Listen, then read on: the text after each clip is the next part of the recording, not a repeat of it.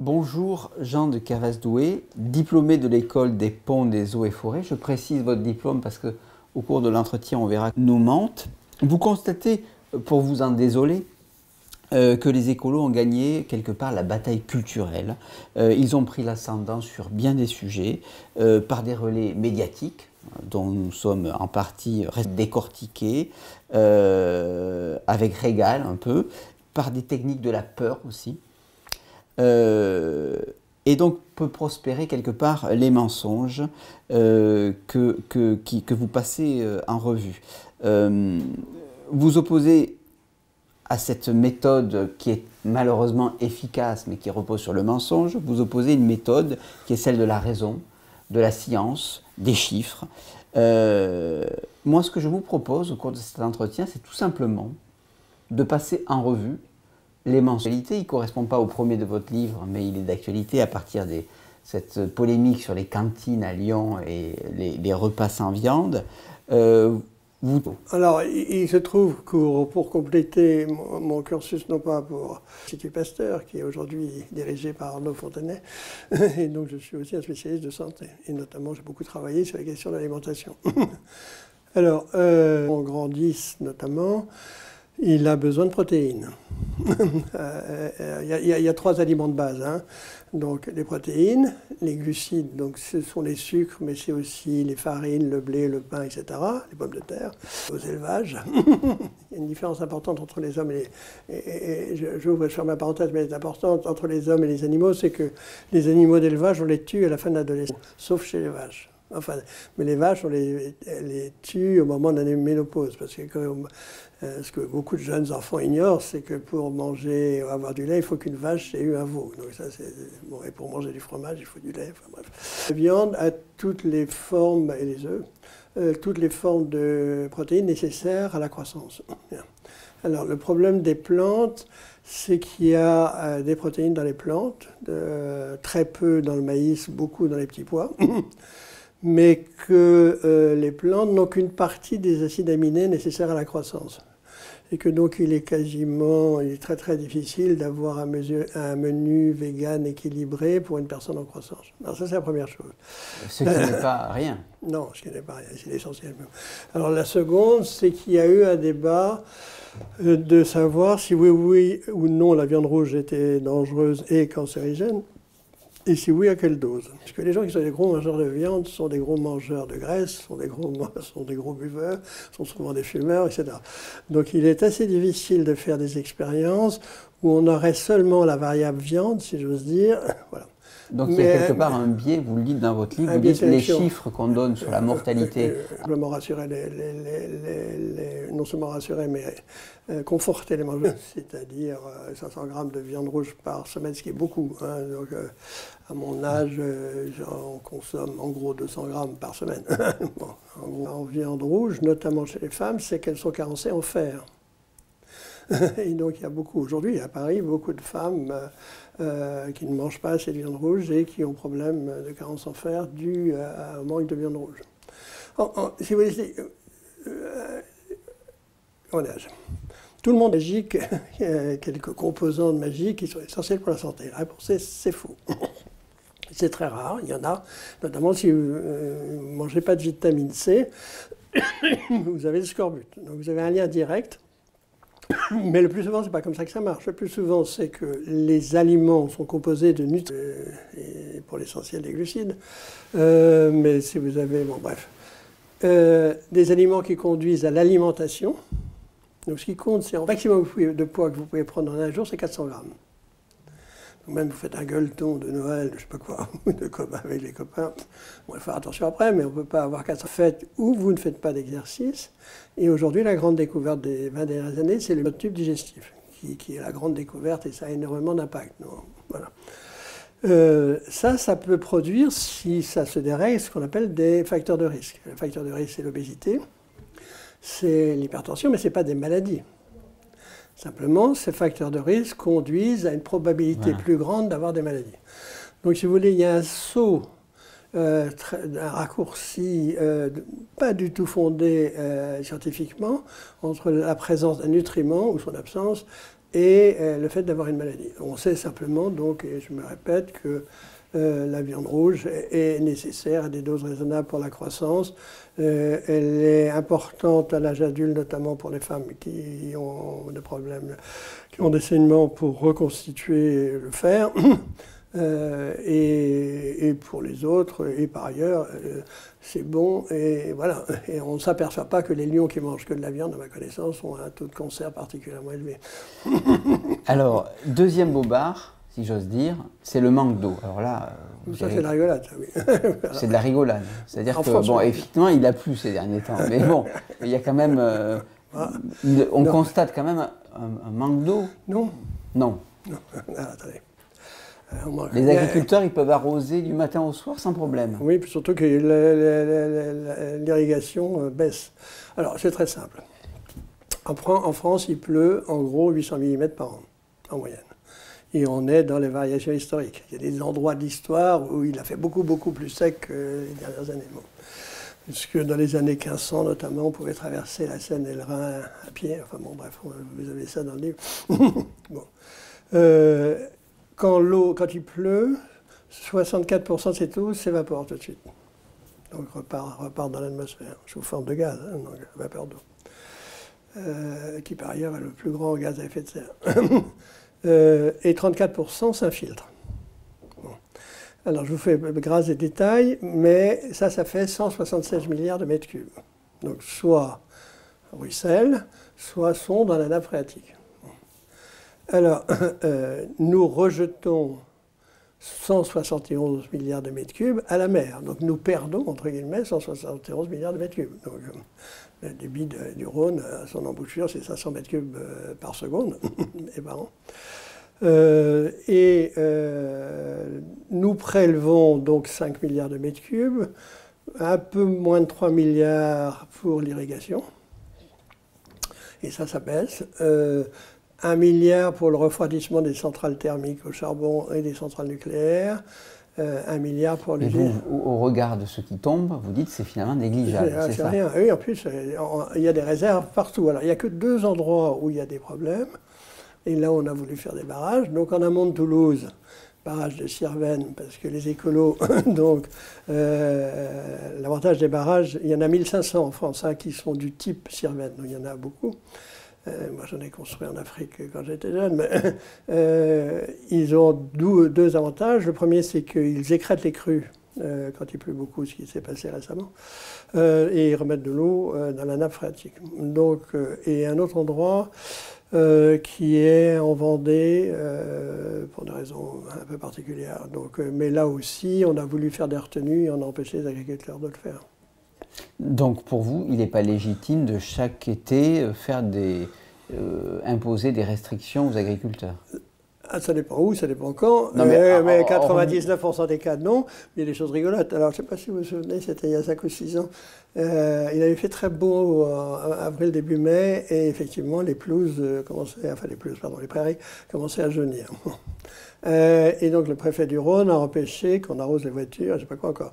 Alors, c'est très rigolo, parce que comme il faisait chaud, les glaciers des Alpes fondaient, et le Rhône débitait 2200 mètres cubes par seconde. Donc, d'empêcher d'arroser. De toute façon, quand on arrose, ça repart. Hein. De l'autre côté, ça c'est tous les printemps pareils, puisque les glaces fondent. Hein. Non, mais les gens, l'eau ne se détruit pas, elle passe. Donc ce que nous vendent les services des eaux, qu'ils soient publics ou privés, c'est un service à domicile, si j'ose dire, mais ce n'est pas de l'eau. Et le débit de la Seine à Mantes-la-Jolie serait le même si Paris n'existait pas. Ouais. Troisième mensonge, les feux de forêt. Alors vous vous dites, les feux de forêt, c'est pas gai, enfin, c'est pas une méga catastrophe, faut arrêter. Alors là aussi, c'est compliqué, mais ça me permet de faire une assise, qui n'est pas tout à fait une assise d'ailleurs. C'est que les écosystèmes sont toujours locaux. C'est-à-dire, on ne peut pas parler de l'écologie en général. On parle de l'écologie de la forêt méditerranéenne, on va en parler. On parle de l'écologie de l'Australie. On parle éventuellement des forêts équatoriales, et notamment d'Amazonie. Donc, on ne peut pas parler en général. Alors, en particulier, donc, Il est clair qu'il y a toujours eu des incendies de forêt, que certaines plantes ne se régénèrent que si elles brûlent, et que les civilisations traditionnelles, alors d'abord il y avait beaucoup en France, il y avait 3 fois moins de forêts sous Napoléon qu'aujourd'hui. Et c'était géré par les aborigènes en Australie. Et quand on fait le recensement des très très grands feux en Australie, donc il y en a eu un en 2019, donc pas les dernières mais l'année d'avant, qui était absolument inouï. Qui était inouï, mais qui était 10 fois moindre qu'un feu en 75, qui avait brûlé l'équivalent de la France. Donc c'est beaucoup ça. Et donc il y a certains eucalyptus qui ne se régénèrent que grâce au feu. Alors, autrefois, historiquement, les aborigènes avaient géré ça et faisaient des feux contrôlés en fonction du vent, de la température, etc. Mais malheureusement, en Australie, on a installé des maisons, comme en Californie d'ailleurs, sur laquelle je vais revenir, dans des surfaces boisées, et ce qui empêche de faire des feux contrôlés. Je passe à un autre mensonge, la biodiversité. Alors là, vous dites, attendez, la biodiversité menacée, c'est pas aussi simple que vous le croyez. En France, tout va bien, sauf peut-être la tortue terrestre. La tortue de... Il y a Eman, la tortue d'Eman. Hormis la tortue d'Eman, il n'y a aucun problème. Les espèces ne sont pas menacées. Non, mais encore une fois, la biodiversité, c'est local. Et globalement, la biodiversité, non seulement, mais attendez. Alors, la biodiversité, elle est menacée en Afrique, elle est menacée dans les zones pauvres, elle a été menacée par nos ancêtres, notamment les miens qui étaient des marins bretons, quand ils ont amené des rats dans leurs navires et qui se sont installés dans les îles, et voilà, ou quand eux-mêmes ont mangé les dodos ou autres bestioles. Mais quand on regarde la biodiversité en France, alors il y a une confusion volontairement entretenue entre la tortue d'Hermann. Voilà, c'est ça. Il y a une confusion entretenue par les écologistes entre le nombre de sujets d'une famille et l'existence ou la disparition de cette famille. D'accord. Alors, c'est vrai qu'il y a des animaux sauvages qui disparaissent. Par exemple, en Chine, il n'y a pratiquement plus de tigres, ils les ont tous tués. Il reste en Sibérie peut-être de l'ordre de 4 ou 5 000 tigres, mais que comme le tigre, ça vaut 50 000 $ à mort, donc eh bien, ils leur vendent sur le marché. D'ailleurs, c'est les Chinois qui sont acheteurs. C'était pareil pour les rhinocéros, où les cornes de rhinocéros étaient achetées toujours par les Chinois. Il faudra expliquer quand même que le Viagra, c'est mieux, mais enfin bon, ils ne croient pas vraiment ça, donc ils vendent très très cher les cornes de rhinocéros. Pour les éléphants, c'est un peu différent, etc. Donc on a effectivement, notamment pour les grands mammifères, des écosystèmes où ils sont très menacés. Ils sont très menacés par les humains, et notamment dans toute la partie splendide de l'Afrique de l'Est, qui est en altitude, comme vous savez, c'est plaine très très riche, où il y avait donc, les grands mammifères, les gnous, les gazelles, etc., et puis leur cortège de prédateurs. Et là, aujourd'hui, on y fait des roses et des haricots verts. donc nous sommes probablement les derniers à avoir vu ça, et si on s'intéresse à ce sujet, il faut vraiment les aider et les payer pour ça, pour que nos arrière-petits-enfants continuent à voir ces merveilles qui sont les grandes transhumances. Alors, il y a des problèmes de biodiversité en mer, parce qu'il y a des vraies surpêches. Oui, ça, vous le dites. Sur la surpêche, vous n'êtes pas anti-écolo sur la surpêche.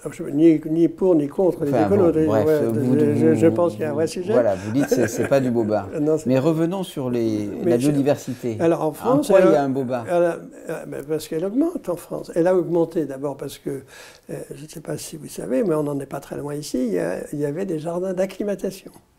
Donc nos ancêtres sont allés chercher des plantes, et pratiquement tout ce qu'on mange, enfin les tomates, etc., tout ça, ça ne vient pas d'ici, hein, le maïs. Donc ça a été acclimaté. Et si on avait hérité, simplement parce qu'il ne faut pas oublier que le dernier âge glaciaire en Europe, il est récent. c'est il y a 16 000 ans, donc c'est 4 fois Khéops, bon, vous n'êtes pas vieux, et qu'il ne restait pas grand-chose. Donc nos ancêtres ont tué visiblement les mammouths laineux et autres bisons, et le reste, c'était pas très, la biodiversité était vraiment limitée. Alors on voit qu'aujourd'hui que dans certains domaines elle augmente de manière dramatique, c'est le cas des sangliers. Donc il y a aujourd'hui, et après on les tue pas assez, donc il y a en gros 2 millions de sangliers en France. Alors se pose un problème particulier, qui est un problème difficile, qui est le problème des insectes, et notamment tout le monde tient beaucoup aux abeilles, où là il y a un débat mondial où il y a effectivement des problèmes qui sont dus aux pratiques agricoles, parce que les abeilles, au début du printemps, ont tout ce qu'elles veulent, et notamment les champs de colza, par exemple. Et puis après, 3 semaines après, elles n'ont plus rien. Donc on les balade. Comme on les balade, elles sont malades, et elles ont rattrapé énormément de parasites, dont le Varroa, qui est un parasite des colonies d'abeilles. Et dans la seule étude sérieuse qui a été faite en France, ils ont dit que ça n'avait pas à voir avec les pesticides, mais qu'il y avait des bons et des mauvais apiculteurs, ce qui est un scoop. Les pesticides. Les pesticides, vous dites attention, c'est pas si mauvais, heureusement qu'on en a des pesticides, il faut arrêter de faire la guerre aux pesticides. D'abord, c'est un mot qu'utilisent les écologistes politiques. Ça fait peur. Oui. Alors, d'abord, c'est un j'ai fait une dystopie récemment, imaginant qu'on était en 2026, qu'un écologiste avait gagné les élections présidentielles, que bien entendu tous les pesticides étaient interdits. Ben, à commencer par les... Mais pourquoi 26 ? Parce qu'il y a des élections anticipées. Alors, non, c'était en 2022, c'était un écologiste qui gagnait, je veux passer 4 ans après. Donc les pesticides étaient interdits. 4 ans, d'accord. Les pesticides étaient interdits, donc vous n'avez pas le droit d'avoir de produits anti-moustiques. Les mamans n'avaient pas le droit d'utiliser des produits anti-poux, je rappelle que c'est des pesticides.